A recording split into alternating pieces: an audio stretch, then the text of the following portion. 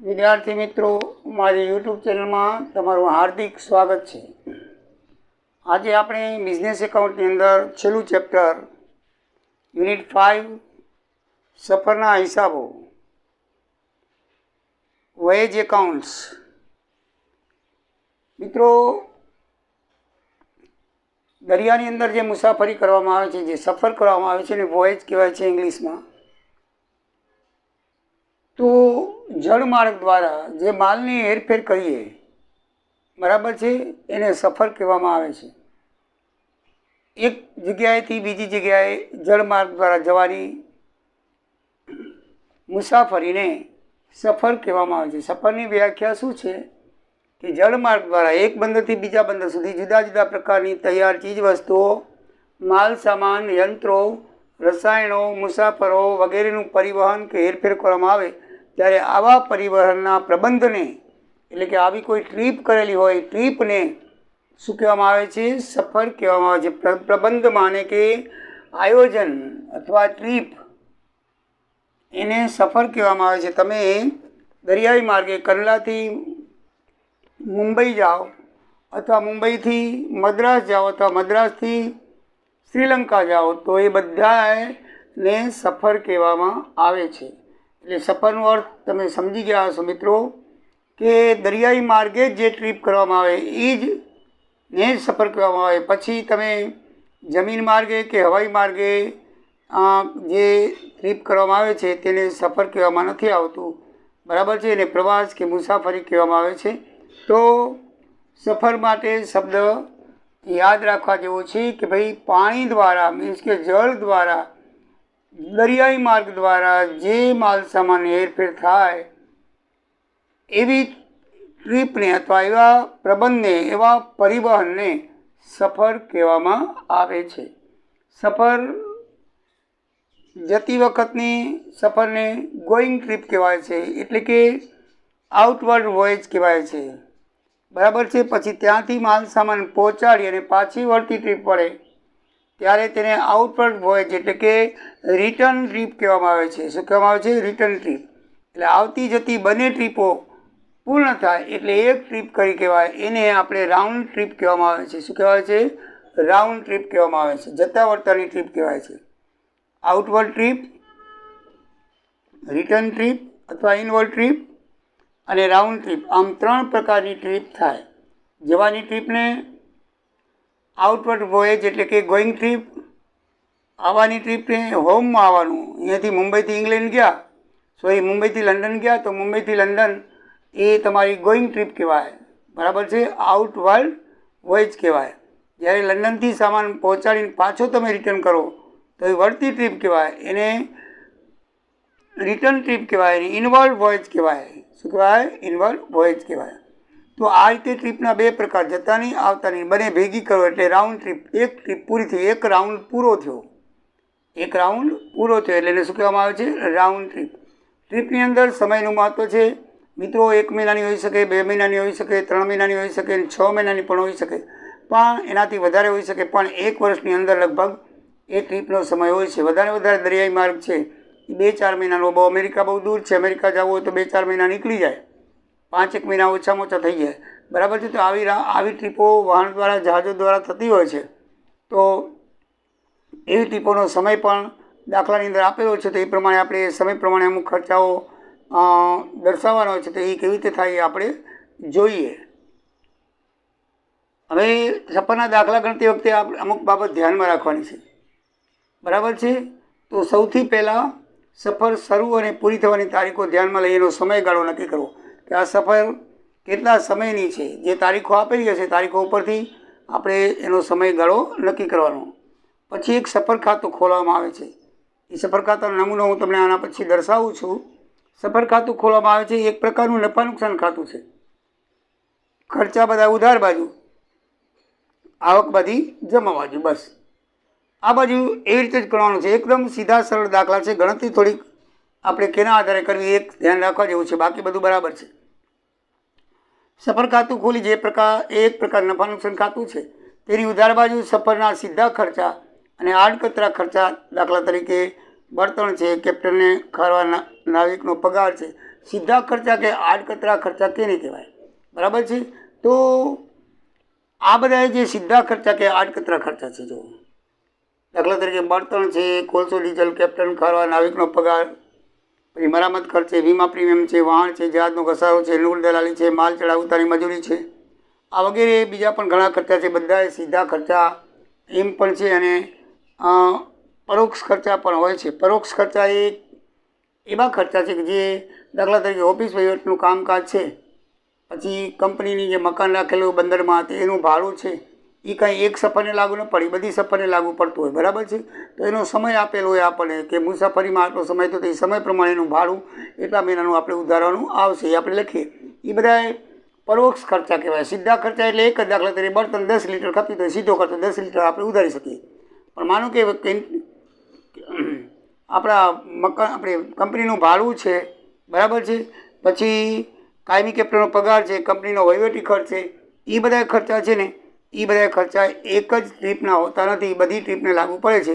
તો આવા જે બધા પરોક્ષ ખર્ચા છે એને એના સમય પ્રમાણે અથવા વર્ષમાં એટલે મહિનાઓ સમય પ્રમાણે આપણે દાખલાની અંદર દર્શાવવા પડે. અને પ્રત્યક્ષ ખર્ચા કેને કહેવાય? તો પ્રત્યક્ષ ખર્ચા એટલે મોટા ખર્ચાઓ જે ડાયરેક્ટ દાખલા ડીઝલ ખરીદ્યું હોય, બરાબર છે, પછી કેપ્ટનનો પગાર હોય, નાવિકનો પગાર હોય, પછી વીમા પ્રીમિયમ હોય, મરામત ખર્ચ હોય, આ બધા માલ ચડાવ ઉતાર મજૂરી હોય, આ બધા પ્રત્યક્ષ ખર્ચા છે. એક જ ટ્રીપને લાગુ પડે કે આ ટ્રીપમાંથી આટલી મજૂરી થઈને આટલું આ બળતણ બળ્યું, તો જે એક જ ટ્રીપને લાગુ પડતા હોય પ્રત્યક્ષ ખર્ચા. અને એક ટ્રીપને બરાબર આપણે ન ઉદ્દેશી શકીએ, એટલે મીન્સ કે બરાબર ઉધારી ન શકીએ. દાખલા તરીકે કંપનીનો વહીવટી ખર્ચ છે, એક ટ્રીપમાં કેમ કંપનીનું જે મકાન છે એ તો ચાલુ જ હોય, એનું ભાડું ચાલુ હોય, અને વીજળી બિલ ચાલુ હોય, બધું ચાલુ હોય. તો એવો જે ખર્ચ છે એ ટ્રીપ કેટલા સમય સુધી ટ્રીપ પૂરી થઈ છે એ સમયના આધારે નહીં આપણે દાખલાની અંદર લખવાનો હોય છે. એટલે પ્રત્યક્ષ ખર્ચા અને પરોક્ષ ખર્ચા આ બે વસ્તુ બરાબર ધ્યાનમાં રાખવાની. પ્રત્યક્ષ ખર્ચા એટલે કે જે ખર્ચા ટ્રીપની અંદર થયેલા હોય, એક જ ટ્રીપને લાગુ પડતા હોય, પ્રત્યક્ષ ખર્ચા. અને એક ટ્રીપને બરાબર ઉધારી ન શકાતા હોય, એ બધી ટ્રીપને બીજી ટ્રીપને લાગુ પડતા હોય, એટલે કે મીન્સ કે એનો ભાગ, કોઈ ખર્ચાનો ભાગ આ ટ્રીપની અંદર આપણે ઉમેરવાનો થાય, એ બધાને પરોક્ષ ખર્ચાઓ કહેવાય છે. એક ટ્રીપને લાગુ ન પડતા હોય પરોક્ષ ખર્ચા, એક જ ટ્રીપને મિત્રો લાગુ પડતા હોય પ્રત્યક્ષ ખર્ચા. આટલું યાદ રાખવાનું. એની વ્યાખ્યા આપણે ધ્યાનમાં રાખી તો કાંઈ નહીં, પણ દાખલા ગણવા માટે આટલી વસ્તુ ધ્યાનમાં રાખવાની. પછી લખ્યું કે સફર ખાતાની જમા બાજુ સફરની મહેસૂલી આવક. તો સફરની અંદર આપણને આવક પણ થાય તો જહાજનું ભાડું આવે એટલે જહાજનું નૂર કહેવાય. દરિયાઈ માર્ગને ભાડું કહેવામાં નથી આવતું પણ નૂર કહેવામાં આવે છે. માલ સામાનના ભાડાને નૂર કહેવામાં આવે છે. પછી પેસેન્જર આપણે રાખેલા હોય, દાખલા તરીકે અહીંથી ઘણા ટ્રેન દ્વારા, બાય બસ દ્વારા કેવી રીતે જાય છે, પણ ઘણા આગબોટ દ્વારા પણ જાય છે, તો એનું જે ભાડું થાય પેસેન્જર ભાડું. પછી ટપાલ, અહીંયાથી પરદેશની અંદર વિદેશમાં તમે પાર્સલ મોટા મોકલો છો તો એ પોસ્ટ ખાતું છે, એ સ્ટીમર દ્વારા, હવાઈ દ્વારા, ટ્રેન દ્વારા, ત્રણેય દ્વારા મોકલાવે છે. મોટા મોટા પાર્સલ હોય તો એ સ્ટીમરો દ્વારા જાય. નાની નાની ટપાલ હોય તો એના કોથળા બધાએ પ્લેન દ્વારા જાય. અને લોકલ જે છે એ ટ્રેન દ્વારા, દાખલા તરીકે અમદાવાદથી મુંબઈ, મદ્રાસ, કલકત્તા, આ બધી ટ્રેન દ્વારા કોથળા જાય. એનો સ્પેશિયલ ડબ્બો હોય છે પોસ્ટનો, એની અંદર જતા હોય. તો આ રીતે મોટા મોટા પાર્સલો બહુ હોય તો એ વિમાનમાં લઈ જવા બહુ ખર્ચાળ થાય, એટલે બાય સ્ટીમરથી મોકલવામાં આવતા હોય છે. એટલે જે આ ટપાલના જે થેલાઓ છે અથવા બીજી કોઈ પ્રાઇવેટ પણ ટપાલ હોઈ શકે, બરાબર છે, તો એ જે થેલાનું ભાડું આવે એ ટપાલ ભાડું કહેવામાં આવે. શું કહેવામાં આવે છે? ટપાલ ભાડું. અને એવા ભાડાની અંદર આપણે એને એ ભાડાની એ પણ આવક કહેવાય. અને એ આવક પછી પેસેન્જરનું ભાડું, જહાજનું નૂર વગેરે જે છે એ ટ્રીપની આવક કહેવાય, સફરની આવક કહેવાય. આ બધા ખર્ચાઓ છે. બળતણ છે, બધા ખર્ચાઓ છે. ખર્ચા છે એ બધા ઉધાર બાજુ, અને આવક છે એ બધી જમણી બાજુ લખવાની હોય. બાકી સરવાળો મારો, જમા બાજુનો સરવાળો વધુ આવે તો નફો, અને ઉધાર બાજુનો સરવાળો વધુ આવે તો ખોટ, બરાબર છે. આ એનું છે. ખોટ કે નફો એ નફાનુસાર ખાતાની ઉધાર બાજુ લઈ જવામાં આવે છે. અને પછી મિત્રો જો ટ્રીપ અધૂરી હોય, ઘણી વખત લાંબી ટ્રીપ હોય તો ટ્રીપ અધૂરી રહી ગઈ હોય અને આપણે હિસાબ કરવાનું કીધું હોય તો એની બાકી છે પાકા સરિયાની અંદર દર્શાવવામાં આવે છે. પરોક્ષ કે આડકતરા ખર્ચા કે જે એક સફર પૂરતા નથી તેમને સમય કે અન્ય ધોરણે ફાળવવામાં આવે છે. મેં તમને કીધું હમણાં જ. દાખલા તરીકે કંપનીનો વહીવટ ખર્ચ છે, કાયમી કેપ્ટનનો પગાર છે, કંપનીના મકાનનું ભાડું છે વગેરે. હવે મિત્રો આની અંદર કમિશન પણ મેનેજરને આપવાનું હોય છે. મેનેજરને ઘણી વખત ઉલ્લેખ કર્યો હોય કે મેનેજરને કમિશન આટલું આપવું, તો એમાં બે રીતે ઉલ્લેખ કરેલો હોય છે. જો કમિશન બાદ કર્યા પછી ચોખ્ખા નફાનું એમ લખેલું હોય તો આ સૂત્ર વાપરવું. કમિશન બરાબર કુલ નફો જે થયો હોય ગુણ્યા કમિશનનો દર અને છેદમાં 100 વત્તા કમિશન. દાખલા તરીકે 5% કમિશન હોય તો ઉપર 5 નીચે 105 આવે. ઉપર શું લખવાનું 5, નીચે શું લખવાનું 105. હવે આમ લખ્યું તો કમિશન બાદ કર્યા પછી ચોખ્ખો નફો, પણ ખાલી એમ જ લખ્યું કે ફક્ત ચોખ્ખા નફાના અમુક ટકા, એટલે દાખલા તરીકે 5% કીધું હોય તો એની અંદર આ વત્તા 100 નહીં આવે, વત્તા 5 નહીં આવે. ઉપર ખાલી કમિશનનો દર ભાગ્યા 100. દાખલા તરીકે 5% હોય તો 5/100 કુલ નફાને ગુણી નાખવાના એટલે એનું કમિશન નીકળી આવે. બે સૂત્ર છે બરાબર. કમિશન બાદ કર્યા પછી ચોખ્ખો નફો એમ કીધેલું હોય તો કમિશન છેદમાં 100 વત્તા કમિશન દર એમાં ઉમેરવાનો આવે. 5% હોય તો ઉપર 5 નીચે 105 આવે. પણ જો તમને એમ કીધેલું હોય કે ફક્ત ચોખ્ખા નફાના અમુક ટકા, કે માનો કે 5% તો ઉપર 5 નીચે 100. મિત્રો આ કમિશનના બે સૂત્રો છે, બેમાંથી કોઈનો ઉપયોગ કરવાનો થશે. એ આપણે દાખલા જોઈએ ત્યારે ધ્યાનમાં લેશું. તો મિત્રો હવે તમને સફરનું જે ખાતું છે બરાબર છે, એ ખાતાનો નમૂનો છે તમારા બુકની અંદર 222 પાના નંબર પર આપેલો છે. છતાંય હું એ નમૂનો તમને લખીને સમજાવી દઉં એટલે પછી દાખલા ગણવામાં કાંઈ મુશ્કેલી પડે નહીં. તો ચાલો તમે નમૂનો સમજીને લખી લઈએ.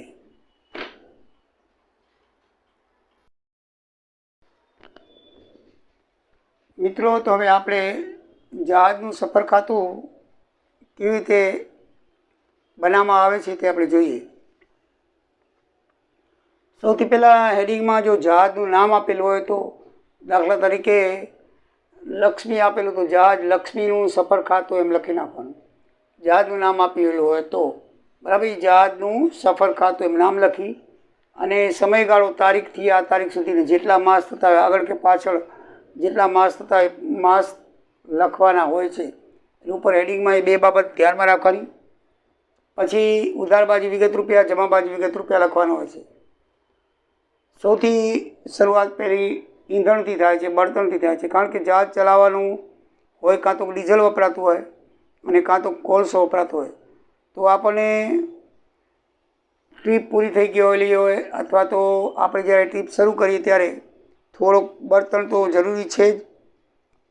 એટલે બળતણ આપણે જહાજની અંદર રાખીએ છીએ તો એનો શરૂઆતનો સ્ટોક લખવાનો, કેટલું રાખ્યું બરાબર છે. દાખલા તરીકે 20,000 લીટર ડીઝલ રાખ્યું હોય તો 20,000 લીટર લખવું પડે. જેવી ટ્રીપ છે આપણે અનુભવ થઈ ગયો કે આમાં આટલું ખપશે તો એ પ્રમાણેનું એટલા લીટર ડીઝલ કે કોલસો ટન કે 10 ટન કે 20 ટન રાખવો પડે તો રાખે છે. પછી માનો કે ડીઝલ ખૂટે અને વચ્ચેના બંદર કોઈ આવતા હોય અથવા તો કોઈ બાજુમાંથી આપણે વચ્ચે દરિયાઈ વચ્ચેથી પણ ઘણી વખત બળતણ ખૂટે તો બીજા સ્ટીમર પાસેથી લેવામાં આવે છે. કારણ કે સ્ટીમર તો આવન જાવન કરતા જ જુદી જુદી કંપનીનો, એકબીજા જહાજો સમુદ્રની અંદર મળતા હોય. જેમ આપણે ટ્રકો એકબીજી બસો સામસામે આવતી હોય છે, ટ્રેનો સામસામે આવતી હોય છે, એવી રીતે જહાજો પણ દરિયાની અંદર સામસામે આવતા હોય છે. એટલે માનો કે ભાઈ આપણો દરિયાઈ અનુમાન ખોટું પડીને આપણી પાસે બળતણ ખૂટ્યું, એ બંદર આવવાને વાર છે, એમ લાગે કે બળતણ ખૂટે એમની તૈયારી છે, તો સામેથી કોઈ સ્ટીમર આવતી હોય તો સ્ટીમર પાસેથી આપણે લઈએ છીએ. એટલે એ જો અન્ય જહાજ પાસેથી લીધું હોય તો એ લખવાનું. અથવા કોઈ બંદરથી ખરીદી કરી હોય, માનો કે તમે અહીંયાથી મુંબઈ ગયા, મુંબઈથી મદ્રાસ ગયા, તો મદ્રાસથી હજી આગળ જવાનું છે આપણે લંડન, માનો કે બળતણ હજી ખૂટે છે તો ખરીદી કરીએ અને એનો ખર્ચો લાગુ પડે બજારમાંથી લઈ આવવાનો બરાબર છે. તો શરૂઆતનો સ્ટોક વત્તા ખરીદીના ખર્ચા અને રસ્તામાં જો જરૂર પડી હોય અને અન્ય જહાજ પાસેથી લીધું હોય તો એ ટોટલ તમારે બળતણ વપરાશનું ખર્ચ એ બારે આઉટ કોલમમાં નથી લખવાનો પણ અંદર કોલમમાં લખવાનો બરાબર છે. અંદર કોલમમાં લખ્યા પછી આ ટોટલમાં જે પછીમાં બાદ શું થાય તો આપણી પાસે કેટલું બળતણ વપરાઈ ગયું અને છેવટનો સ્ટોક અહીંયા લખવાનો. અને એ છેવટના સ્ટોકની ઇનર કોલમમાં લખવાનું. અને પછી કોઈ આપણે જેવી રીતે આપણે કોઈક જહાજ પાસેથી લઈએ એમ કોઈક જહાજને આપીએ ખરા.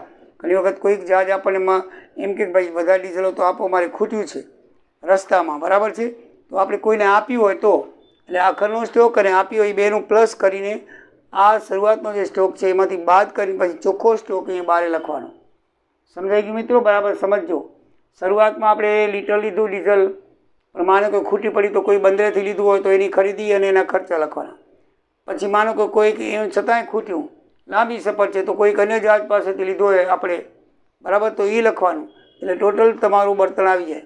એમાંથી બાદ શું કરવાનું, જે વપરાઈ ગયું હોય તો બાકી જે છેવટનો સ્ટોક વધ્યો હોય તે, અને આપણે કોઈને અન્ય જહાજને આપ્યું હોય એટલે એ બંનેનું ટોટલ કરી અને ઉપરના ટોટલમાંથી બાદ કરી ચોખ્ખો વપરાશ બારે લખવાનો છે.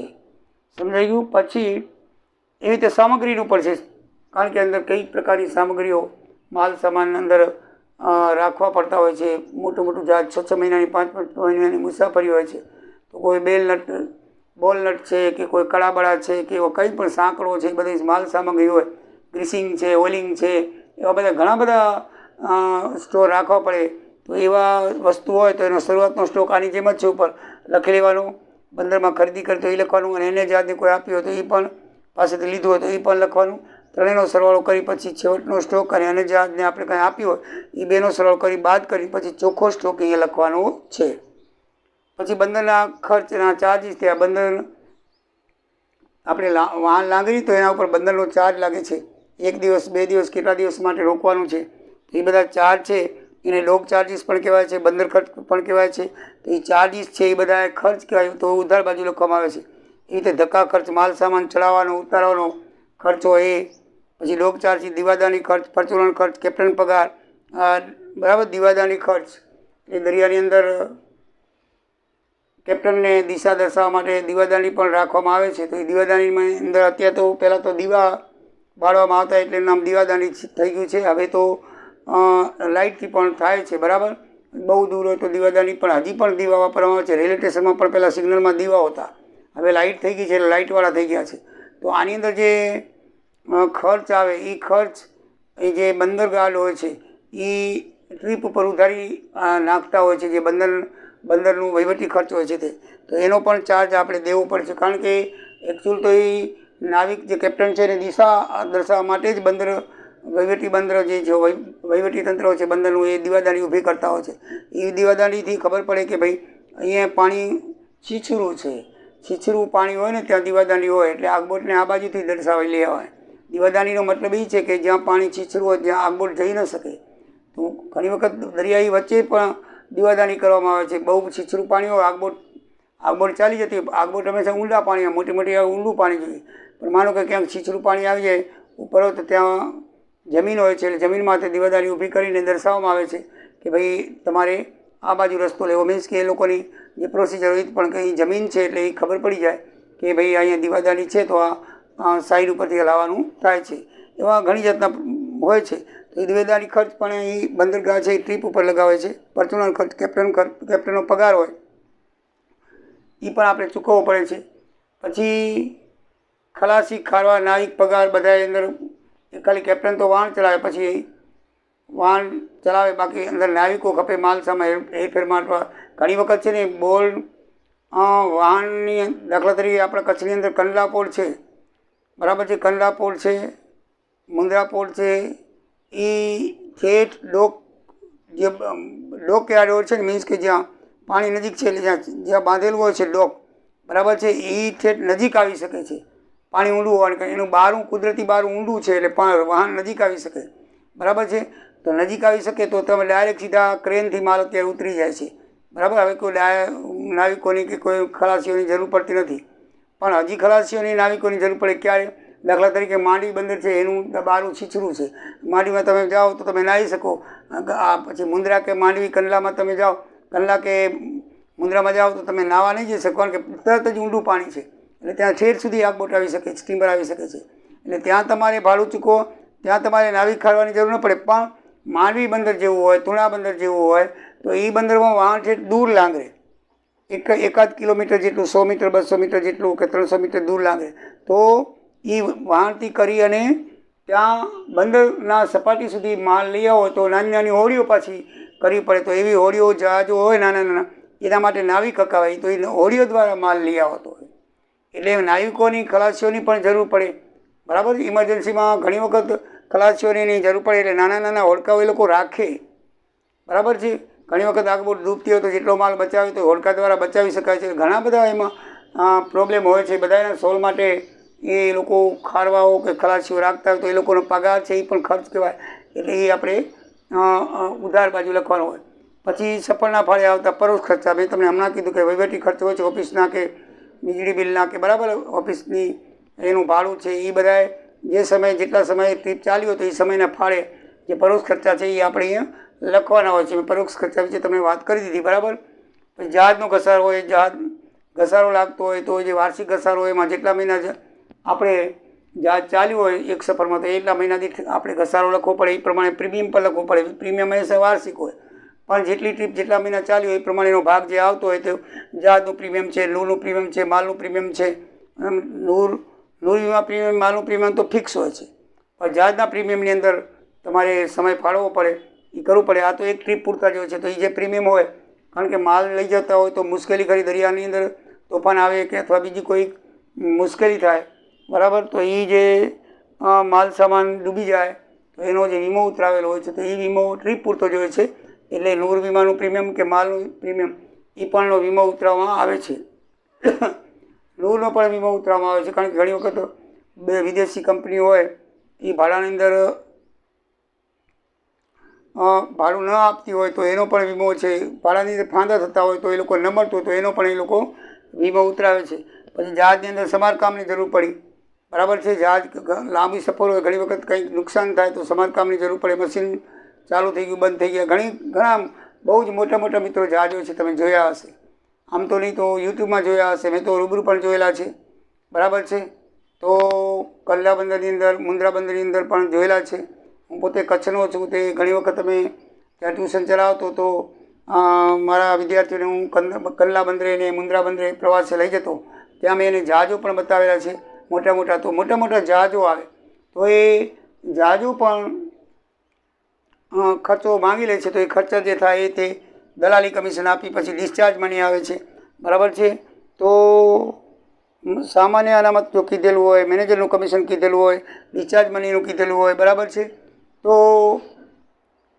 આ જે છે ડિસ્ચાર્જ મની એટલે કે વાહન સમય પૂરતો થઈ જાય પછી વાહનને ડિસ્ચાર્જ કરવાનું છે, એનું જે ભાડું છે બરાબર છે. બીજું કાંઈ પણ આપેલું હોય તમને તો એ પણ તમારે ડિસ્ચાર્જ મનીનો ઉલ્લેખ કરેલો હોય દાખલામાં તો એ તમારે બધો ખર્ચ કહેવાય છે. બધું ખર્ચની અંદર ઉધાર બાજુ લખવાનું આવે. આ બધા ખર્ચાઓ છે મિત્રો. 90% બધા ખર્ચા હશે. દાખલાની અંદર 90% રકમ બધી ખર્ચાની જશે, કારણ કે અમારું આ ખર્ચા છે. આવક તો 2-3 પ્રકારની છે. કઈ આવક છે એ હંમેશા જમા બાજુ. પરિવહન છે એમાં જો નૂરની આવક હોય એ, પછી જતી સફરનું નૂર, વર્તી સફરનું નૂર અને મળવાનું બાકી. નૂરની આવકમાં 3 પ્રકાર છે. જાતિ સફરનું નૂર કેટલું છે, વર્તીનું કેટલું છે, કારણ કે જતી વર્તીનું બંને અલગ હોય. જવા ટાણે માલ અલગ હોય, ઉમાંથી માલ લીધો લઈ અલગ હોય, એટલે બંનેના નૂર અલગ હોય. કારણ કે જવા ટાણે માલ આપણે પહોંચાડી દીધો, પછી વર્તા હોય બીજી કંપનીનો માલ લીધેલો હોય, એનું ભાડું પાછું અલગ હોય. એટલે બંનેના અલગ અલગ ભાડા હોય. એટલે જતી સફરનું નૂર લખવાનું, વર્તી સફરનું લખવાનું, અને કોઈ કંપની ઉધાર બાકી રાખે તો બાકી લખવાનું. ટોટલ નૂર બરાબર છે. એ ટોટલ નૂરનું ટોટલ મારી પછી અગાઉથી કોઈ ભાડું આપેલું તો એ બાદ કરીને ચોખ્ખું નૂર અહીંયા લખવાનું આવે છે. સમજાઈ ગયું મિત્રો? પછી જતી સફરનું પ્રાઇમેજ. પ્રાઇમેજ એક જાતનું કમિશન છે, પહેલાં કેપ્ટનને આપવામાં આવતું, હવે કંપની પોતે લઈ લે છે. એ નૂર ઉપરાંતનું કમિશન છે. નૂર ઉપરાંતનું જે કમિશન હોય એને પ્રાઇમેજ કહેવાય બરાબર. વધારાનું નૂર એને પ્રાઇમેજ કહેવાય છે. તો જતી સફરનું પ્રાઇમેજ હોય અને વર્તી સફરનું પ્રાઇમેજ હોય છે. એ રીતે મુસાફરી ભાડાને પેસેજ મની કહેવામાં આવે છે, જે પેસેન્જર મની બરાબર. મુસાફરો જે ભાડું ઉઘરાવવામાં આવે એને પેસેજ મની કહેવાય.